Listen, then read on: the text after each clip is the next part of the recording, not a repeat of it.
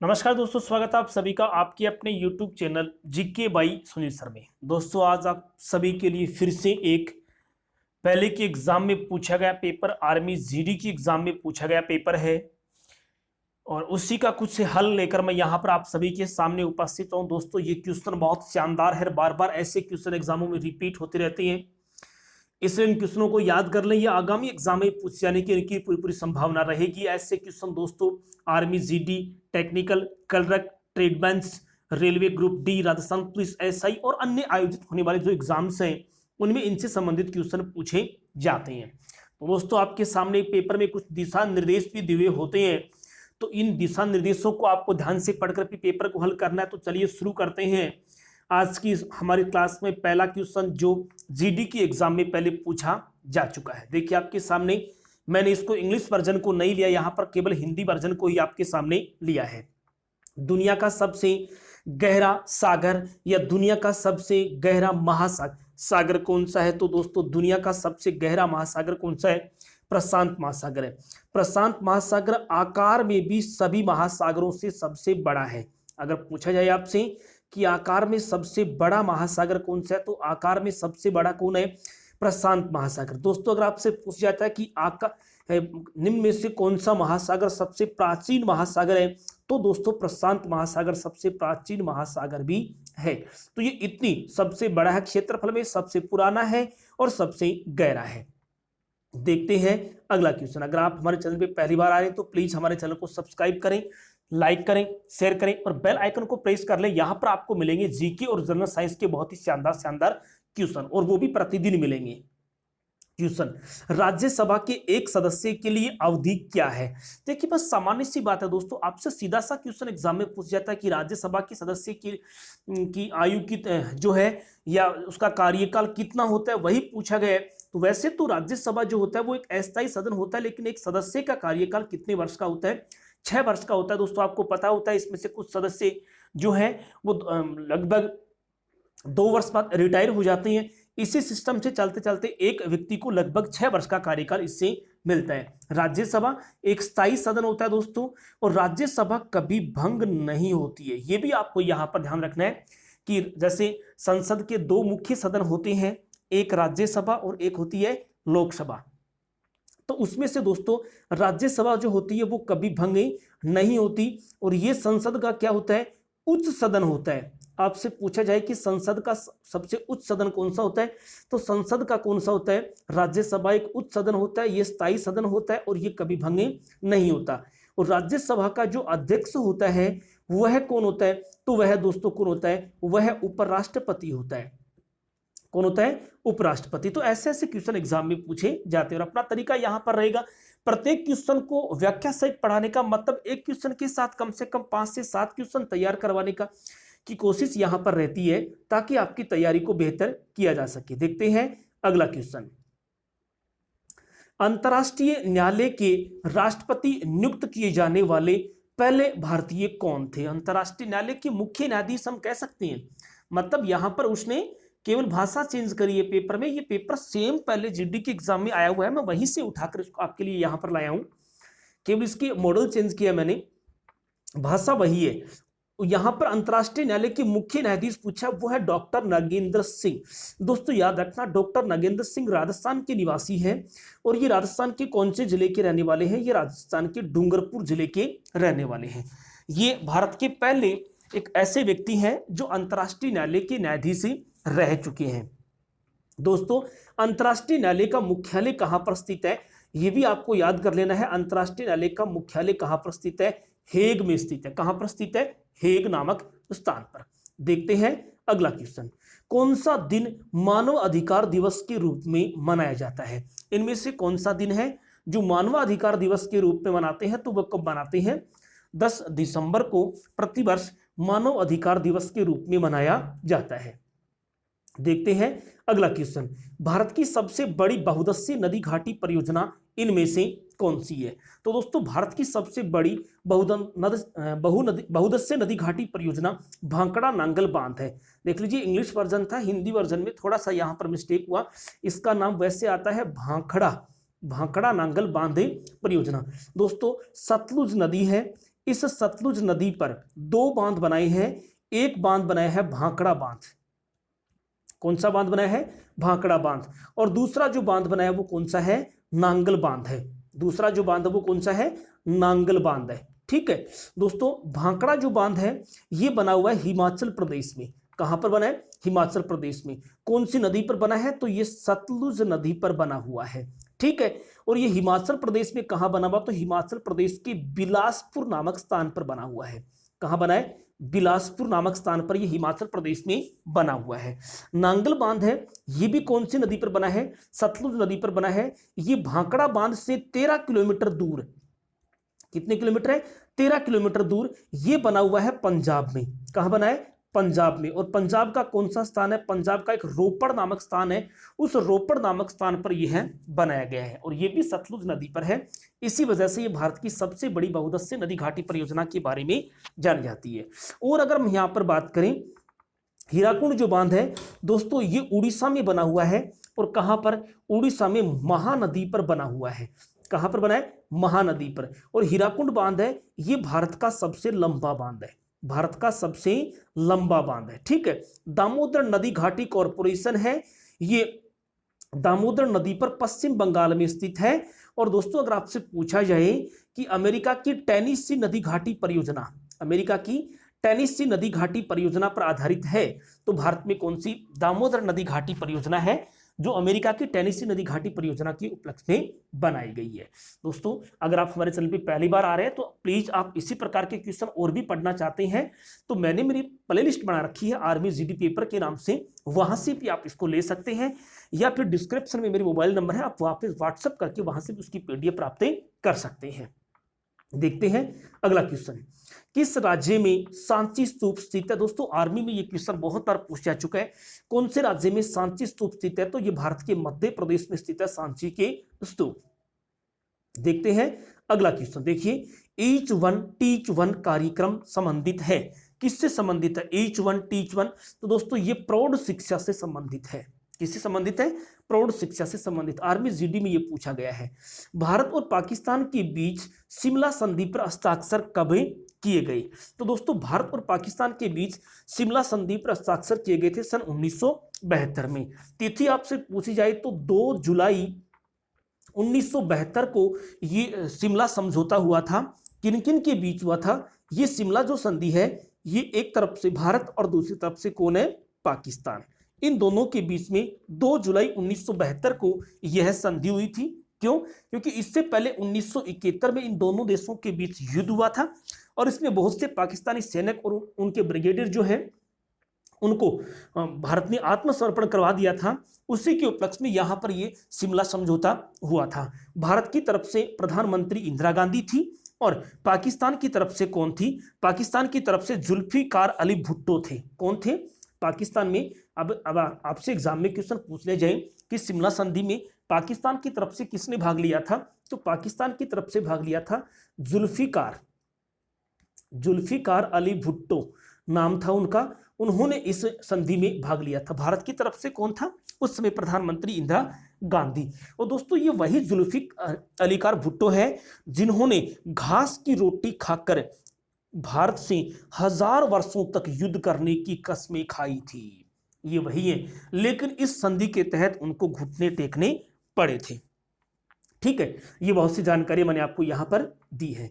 देखते हैं अगला क्वेश्चन, महानदी कहां से निकलती है? महानदी जिस पर बना हुआ हीराकुंड बांध उड़ीसा में बना है, जो भारत का सबसे लंबा बांध है, ये कहां से निकलती है? तो दोस्तों इसका उद्गम होता है रायपुर। आपको पता है रायपुर छत्तीसगढ़ की राजधानी है। छत्तीसगढ़ के रायपुर के निकट एक स्थान है सिहावा की पहाड़ियां। कौन सी पहाड़ियां है? सिहावा की पहाड़ियां, जहां से इस नदी का क्या होता है? उद्गम होता है। दोस्तों महानदी के कुछ प्राचीन नाम भी हैं, याद रखना। महानदी को प्राचीन समय में कहा जाता था चित्रोत्पल्ला। क्या कहा जाता था? इसी नदी का नाम है चित्रोत्पल्ला। इस महानदी को प्राचीन समय में महानंदा के नाम से भी जानते थे, यह भी आपको याद रखना है। और इसी महानदी को प्राचीन समय में दोस्तों एक और भी नाम से जानते थे, और वो था नीलोत्पल्ला। निम्न में से कौन सी नदी को नीलोत्पल्ला, चित्रोत्पल्ला या महानंदा के नाम से जानते हैं? तो वह नदी कौन सी है? महानदी है। देखते हैं अगला क्वेश्चन, कौन पुस्तक आनंद मठ लिखा गया था? मतलब सीधी सी बात है कि इसमें से कौन है जिसने आनंद मठ नामक पुस्तक की रचना की है? तो दोस्तों ये जो है इस पुस्तक की जो रचना है वो किनके द्वारा की गई? बंकिम चंद्र चटर्जी या बंकिम चंद्र चट्टोपाध्याय के द्वारा लिखी गई। आपसे पूछा जाए कि आनंद मठ जो है वो कौन सी भाषा में लिखी गई थी, तो दोस्तों याद रखना यह जो है ये बांग्ला भाषा में लिखा गया एक उपन्यास था। कौन सी भाषा में? बांग्ला भाषा में लिखा गया एक ये क्या था? उपन्यास था। दोस्तों आपको पता होगा कि भारत का जो राष्ट्रीय गीत है, क्या राष्ट्रीय गीत कौन? वंदे मातरम। वंदे मातरम जो राष्ट्रीय गीत है वो भी किससे लिया गया था? आनंद मठ जो उपन्यास है उसी से लिया गया था। आनंद मठ का प्रकाशन कब किया गया था? तो याद रखना इसका प्रकाशन 1882 ईस्वी में किया गया था। ठीक है, तो मैंने यहां पर आनंद मठ से बहुत सी जानकारी आपको दोस्तों यहां पर दी है। अगर आप प्रतिदिन इसी प्रकार की जानकारियां प्राप्त करने चाहते हैं तो प्लीज हमारे चैनल को सब्सक्राइब करें, अपने दोस्तों को शेयर करें, लाइक करें और प्रतिदिन 12 बजे दोपहर 12 बजे ये वीडियो आपके सामने उपलब्ध होते रहेंगे और आपको अपनी तैयारी को बेहतर करते रहेंगे। देखते हैं अगला क्वेश्चन। मेघदूत के लेखक हैं रिक्त स्थान, इनमें से कौन है जिन्होंने मेघदूत लिखी है? तो वह कौन है? कालिदास। कालिदास के द्वारा मेघदूतें लिखी गई है। देखते हैं अगला क्वेश्चन। सौरमंडल का सबसे बड़ा ग्रह कौन सा है? तो दोस्तों आपको पता है सौरमंडल का सबसे बड़ा ग्रह कौन सा है? बृहस्पति है। अगला क्वेश्चन। निम्न में से कौन हमारी संसद का हिस्सा नहीं है? अध्यक्ष, लोकसभा, मुख्य न्यायाधीश, इनमें से कोई नहीं। तो दोस्तों ऑप्शन में दिए गए ऑप्शन में मुख्य न्यायाधीश जो होता है वो संसद का हिस्सा नहीं होता। वैसे तो देखिए राज्यसभा का अध्यक्ष होता है, लोकसभा का अध्यक्ष होता है, जो किसका? संसद का हिस्सा हो सकता है, संसद का सदस्य हो सकता है, लेकिन मुख्य न्यायाधीश जो होते हैं वो कभी भी संसद का हिस्सा नहीं होता है। देखते हैं अगला क्वेश्चन। अशोक ने अंतिम लड़ाई कहां लड़ी थी? उसमें अशोक का अंतिम युद्ध कौन सा है? दोस्तों अशोक का अंतिम युद्ध कौन सा है? कलिंग युद्ध। ये कब लड़ा गया था? तो दोस्तों ये कलिंग युद्ध लड़ा गया था 262 ईसा पूर्वी से लेकर 261 ईसा पूर्व के मध्य। ईसा पूर्व लिखा है मैंने, आपको यहां पर ध्यान रखना है कि गुरुजी आपने उल्टा कैसे लिख दिया? 262 में लड़ना शुरू किया, उल्टे थोड़ी चले थे, लेकिन ईसा पूर्व में ईस्वी आपको इसी तरह से समय ऐसा ही लिखा मिलता है 262 ईसा से 261 ईसा पूर्व लड़ा गया था। इसकी जानकारी दोस्तों हमें कहां से मिलती है? अशोक का जो 13वां अभिलेख है, कौन सा अभिलेख है? अशोक के 13वां अभिलेख के अनुसार उसने अपने राज्याभिषेक के कौन से वर्ष? 8वें वर्ष में यह युद्ध लड़ा था। कौन सा युद्ध? कलिंग युद्ध। और कलिंग विजय उसकी किसकी थी? अशोक की यह आखिरी विजय थी। ये अशोक की आखिरी विजय। आपसे एग्जाम में प्रश्न पूछ लिया जाए कि अशोक की आखिरी विजय निम्न में से कौन सी है, तो वो कौन सी है? कलिंग युद्ध। कब? 262 से 261 ईसा पूर्व। उसके 13वें अभिलेख के अनुसार ये माना जाता है कि अशोक ने अपने राज्याभिषेक के 8 वर्ष बाद युद्ध लड़ा था और ये युद्ध उसका क्या है? अंतिम युद्ध है। देखते हैं अगला क्वेश्चन दोस्तों। इसी प्रकार से बहुत ही शानदार क्वेश्चन। गौतम बुद्ध कब पैदा हुए थे? उनका जन्म, गौतम बुद्ध का जन्म आपसे पूछा गया है। तो दोस्तों गौतम बुद्ध का जो जन्म है वो हुआ था 563 ईसा पूर्व। कब हुआ था? 563 ईसा पूर्व। कौन से कुल में पैदा हुए थे? तो गौतम बुद्ध जो है ये शाक्य कुल में पैदा हुए थे। कौन से कुल? शाक्य वंश, शाक्य कुल पूछ जाता है। गौतम बुद्ध का बचपन का नाम क्या था? तो गौतम बुद्ध के बचपन का नाम था सिद्धार्थ। क्या नाम था? सिद्धार्थ। बहुत बार एग्जाम में पूछ जा चुका है कि इनके बचपन का नाम। गौतम बुद्ध का जन्म कहां हुआ था? तो इनका जन्म हुआ था लुम्बिनी नामक स्थान पर। कैसे स्थान पर हुआ था? लुम्बिनी। लुम्बिनी कहां पड़ता है दोस्तों?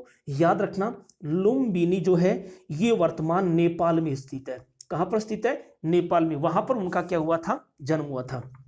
गौतम बुद्ध की मृत्यु कब हुई थी? तो गौतम बुद्ध की मृत्यु हुई थी 483 ईसा पूर्व। यहां भी मैं ईसा पूर्व लिख रहा हूं, ये कि गुरुजी जन्मे तो 563 में और मृत्यु 483 में, ईसा पूर्व लिखा हुआ यहां पर। इस बात का आपको यहां पर ध्यान रखना है। मृत्यु कहां हुई थी? तो इनकी मृत्यु हुई थी कुशीनगर में। कहां पर हुई थी? इनकी मृत्यु कुशीनगर में हुई थी 483 ईसा पूर्व। ठीक है। इसके अलावा अगर आपसे पूछा जाए कि इनकी पिता का नाम क्या था, तो दोस्तों इनके पिता का नाम क्या था? सुधोधन। क्या नाम था? इनके पिता का नाम सुधोधन। उनकी माता का नाम क्या था? माता का नाम था माया देवी। क्या नाम था? माता का नाम माया देवी। और पत्नी का नाम क्या था? तो इनकी पत्नी का नाम था यशोधरा। पूछ जा सकता है, याद रखना आपको, याद रखना है बिल्कुल। पत्नी का नाम यशोधरा। और गौतम बुद्ध के पुत्र का नाम क्या था? तो दोस्तों गौतम बुद्ध के पुत्र का नाम था राहुल। क्या नाम था? राहुल। चलिए दोस्तों देखते हैं अब साइंस के क्वेश्चन। इसी प्रकार से ठीक आपके पेपर में लिखा हुआ आएगा, भाग सेकंड सामान्य विज्ञान, written exam model paper, soldier GD general science. ठीक है, सही उत्तर चुने, ऐसा ठीक लिखा हुआ मिलेगा आपको वहां पर। एक युवा स्वस्थ आदमी की दिल की धड़कन की दर क्या होती है? एक युवा और स्वस्थ आदमी जो होता है उसके हृदय की, उसकी दिल की धड़कन कितनी होती है? तो 50 बार, 72 बार, 108 बार, बहुत बार एग्जाम में पूछा भी जा चुका है दोस्तों, सबको आता है ये क्वेश्चन, 72 बार है। देखते हैं अगला क्वेश्चन।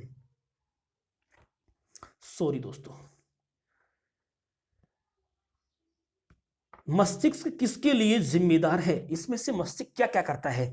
सोचने की शक्ति भी रखता है, शरीर के संतुलन का काम, या फिर दोनों, या फिर ये है? इसमें से आंसर क्या होगा? तो दोस्तों इस क्वेश्चन का आंसर यहां पे होगा सी। मस्तिष्क जो है वो सोचने का काम भी करता है और अपने शरीर के संतुलन बनाने का काम भी करता है, इसलिए उपयुक्त दोनों ऑप्शन यहां पर क्या होंगे? सही होंगे। देखते हैं अगला क्वेश्चन। रक्त से शुद्ध होता है फेफड़े में, हृदय में, गुर्दा में? उपयुक्त सभी। अब ऑप्शन को यहां पे क्वेश्चन को आपको थोड़ा सा समझना है। रक्त फेफड़ों में भी कोई ना कोई काम जरूर होता है रक्त का, हृदय में भी होता है, गुर्दे में भी होता है। इसका मतलब यहां पर दिए गए ऑप्शन में उपयुक्त सभी के द्वारा शुद्ध हो सकता है। कहीं पंपिंग करने का काम करता है, कहीं शुद्ध करने का, और कहीं पर एक दूसरे की हिंदी में, इंग्लिश में नाम, साइंस के नाम यहां पर दिए गए हैं। दोस्तों इसी प्रकार से अगर आप प्रतिदिन हमारे चैनल पर आप जीके और साइंस के क्वेश्चन प्राप्त करना चाहते हैं तो प्लीज हमारे चैनल से आप जुड़ जाएं, सब्सक्राइब कर लें, लाइक करें, शेयर करें और बेल आइकन को प्रेस कर लें, ताकि जब भी मैं वीडियो डालूं आपके पास नोटिफिकेशन पहुंच जाए। इसके अलावा मेरी प्लेलिस्ट से भी आप पढ़ सकते हैं, वहां पर भी बहुत शानदार शानदार पेपर वहां पर दिए हुए हैं। देखिए, तापमान दिखाने के लिए थर्मामीटर में प्रयोग किया जाता है क्या? थर्मामीटर में क्या होता है? तापमान को प्रदर्शित करने के लिए थर्मामीटर में क्या दिखाया जाता है? तो पारा होता है। थर्मामीटर में क्या होता है? पारा होता है। वही घटने और बढ़ने की वजह से तापमान को प्रदर्शित किया जाता है। अगला क्वेश्चन, ग्रुप दिए हैं कुछ जानवरों के, यहां पर जानवरों का ग्रुप कोल्ड ब्लडेड होता है। क्या होता है? जानवरों का ग्रुप कोल्ड ब्लडेड क्या है? सभी, मतलब यहां पर आपको ये देखना है कि इनमें से सभी एक जैसे कौन कौन से हैं। तो रोहू, मेंढक और कोबरा है, उनके ग्रुप कोल्ड ब्लडेड एक ही होता है, बाकी इनमें सभी में अलग अलग हैं। क्रो, कौवा का अलग होता है, केचुआ मेंढक एक हो सकता है, मेंढक, क्रो और व्हेल यहाँ पे तीनों अलग अलग हो गए। पेंगुइन, समुद्र, बंदर, बंदर का यहाँ पर क्या हो जाता है? अलग, लेकिन ये तीनों क्या है? एक जैसे हैं। देखते हैं अगला क्वेश्चन। सूर्य ग्रहण होते हैं जब क्या होता है? जब पृथ्वी सूर्य और चंद्रमा के बीच में आ जाती है, या फिर चंद्रमा सूर्य और पृथ्वी के बीच आ जाता है, या संकट के दौरान, या सूर्य चंद्रमा पृथ्वी के बीच में आ जाता है। ऐसा क्या होता है कि जिसकी वजह से सूर्य ग्रहण हो जाता है? दोस्तों सूर्य और चंद्र ग्रहण दोनों के बारे में एग्जाम में पूछ जाता है। यहां पर क्वेश्चन का आंसर होगा बी। चंद्रमा जो होता है वो किन के बीच में आ जाता है? वो सूर्य और पृथ्वी के बीच में आ जाता है। इसकी वजह से परिणाम क्या होता है? सूर्य ग्रहण, क्योंकि पृथ्वी पर मानव रहता है, बीच में चंद्रमा आने की वजह से वो सूर्य को देख नहीं पाता, जिसकी वजह से हम कहते हैं कि किसका ग्रहण लग गया? सूर्य को ग्रहण लग गया है। बिजली का अच्छा कंडक्टर इनमें से कौन है? बस केवल क्वेश्चन की भाषा को चेंज किया गया है। बिजली का इनमें से अच्छा कंडक्टर कौन है? तो ग्लास, कागज और कॉपर। इसका मतलब सीधा सा आंसर आपको मिल रहा है, यहां पर तांबा अथवा कॉपर जो होता है वो बिजली का अच्छा कंडक्टर होता है दिए गए ऑप्शन में। बेरी बेरी विटामिन की कमी के कारण होता है। बेरी बेरी विटामिन की कमी के कारण यहां पर रोग तो दिया हुआ नहीं है, ऑप्शन में कुछ बदलाव है, तो चलिए इसको एक बार हम छोड़ देते हैं। ऐसा ही क्वेश्चन आया था उस समय भी, मैंने ऐसा कैसा लिया था। यहां पर एटीपी है, एटीपी का पूरा नाम आपको यहां पर बताना है दोस्तों। एटीपी जो होता है इसका पूरा नाम होता है, देखो क्या? एडिनोसिन, एडिनोसिन, पेन पूरा नहीं चल रहा, एडिनोसिन ट्राइफॉस्फेट, ट्राइफॉस्फेट। गलत करवाने के लिए आपसे देखो थोड़ा सा यहां पे दिया टेट्राफॉस्फेट दिया, लेकिन ये ऑप्शन गलत है। टेट्रा नहीं होता है, एडिनाइन त्रिकोणीय फॉस्फेट इसका आंसर क्या होता है? सही होता है। ठीक है, त्रिकोणीय फॉस्फेट, ये आंसर यहां पे बिल्कुल क्या होगा? सही होगा। देखते हैं अगला क्वेश्चन। बर्फ का गलनांक होता है, बर्फ का गलनांक यहां पूछा गया है कि बर्फ का गलनांक होता है तो 4 डिग्री सेंटीग्रेड। कितने डिग्री सेंटीग्रेड है? 4 डिग्री सेंटीग्रेड। देखते हैं अगला क्वेश्चन। हीमोग्लोबिन में पाया जाता है, क्या पाया जाता है हीमोग्लोबिन में? तो दोस्तों आप सभी को पता है हीमोग्लोबिन में रक्त पाया जाता है। क्या होता है? रक्त। देखते हैं अगला क्वेश्चन। एक परमाणु के नाभिक में होते हैं क्या? तो एक परमाणु के नाभिक में प्रोटॉन और न्यूट्रॉन होते हैं, प्रोटॉन और न्यूट्रॉन होते हैं। देखते हैं अगला क्वेश्चन। साइंस के बहुत शानदार शानदार क्वेश्चन यहां पर दिए हैं। धातु पारा में भंग का एक मिश्रण के रूप में जाना जाता है। इंग्लिश में भी आप देख सकते हैं मिक्सचर ऑफ मेटल यहां पर दिया, इसका वर्जन भी आप यहां पर पढ़ सकते हैं। हिंदी वर्जन आपको समझ में नहीं आए इसी वजह से यहां पर दिया गया था। तो धातु पारा में भंग का एक मिश्रण ही होता है। क्या होता है? मिश्रण के रूप में ही माना जाता है। देखते हैं अगला क्वेश्चन। ऐसे कंफ्यूज करने वाले क्वेश्चन ही होते हैं। अमोनिया क्लोराइड का सूत्र इसमें से क्या है? तो अमोनिया क्लोराइड का सूत्र क्या होता है? NH4Cl। बहुत बार दोस्तों एक सूत्र यहां पर जरूर पूछा जाएगा, एक सूत्र 100% पूछ जाता है। यहां पे अमोनिया क्लोराइड का सूत्र पहले पूछा जा चुका है, NH4Cl। देखते हैं अगला क्वेश्चन। आयरन जंग खा रही एक क्या है? आयरन मतलब लोहा पे जंग लगता है, वजह क्या हो सकती है? तो यहां पर ये कैसा परिवर्तन है? यह एक रासायनिक परिवर्तन है। आयरन जंग खा रही है, एक कैसा परिवर्तन है? तो यह एक रासायनिक परिवर्तन माना गया है।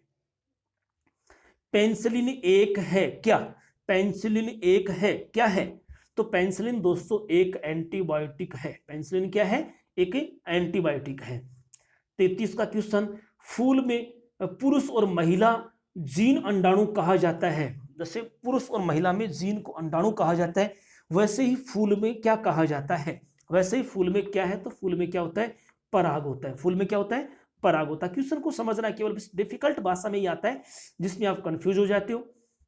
मौलिक कण की प्रोटॉन और इलेक्ट्रॉन के अलावा अन्य किसी परमाणु का गठन किया है। देखिए न्यूट्रॉन क्या होगा? न्यूट्रॉन, फोटोन, न्यूट्रॉन, आयरन क्या होगा? न्यूरॉन। क्या होगा इसका आंसर यहां पे?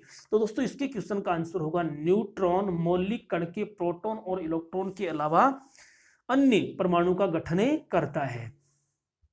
एक यौगिक नहीं है, इनमें से कौन है जो एक यौगिक नहीं है? कौन है जो एक यौगिक नहीं है? तो दोस्तों यहां पर एयर मतलब हवा यौगिक नहीं, हवा एक मिश्रण, ठीक है, एक यौगिक के रूप में नहीं है। तो एयर जो है, हवा जो है, वह एक यौगिक नहीं है। तो दोस्तों आज के लिए सिर्फ ये इतने क्वेश्चन है। ये क्वेश्चन आपको कैसे लगे? क्योंकि मैंने तो यहाँ पर ये पहले किसी जीडी के एग्जाम में पूछा गया पेपर है, उसी को मैंने यहाँ पर हल करवाया है। मेरे हिसाब से बहुत ही शानदार क्वेश्चन। दोस्तों इसी प्रकार के क्वेश्चन आप प्रतिदिन प्राप्त करना चाहते हैं तो हमारे चैनल से प्लीज आप जुड़ जाएं, सब्सक्राइब कर लें और प्रतिदिन आपको दोपहर 12 बजे इसका वीडियो अपलोड हो जाता है। आप तैयार रहें और इसे देखें और अपने दोस्तों को शेयर कर दें। दोस्तों आज के लिए सिर्फ इतना ही। Thank you. जय हिंद, जय भारत।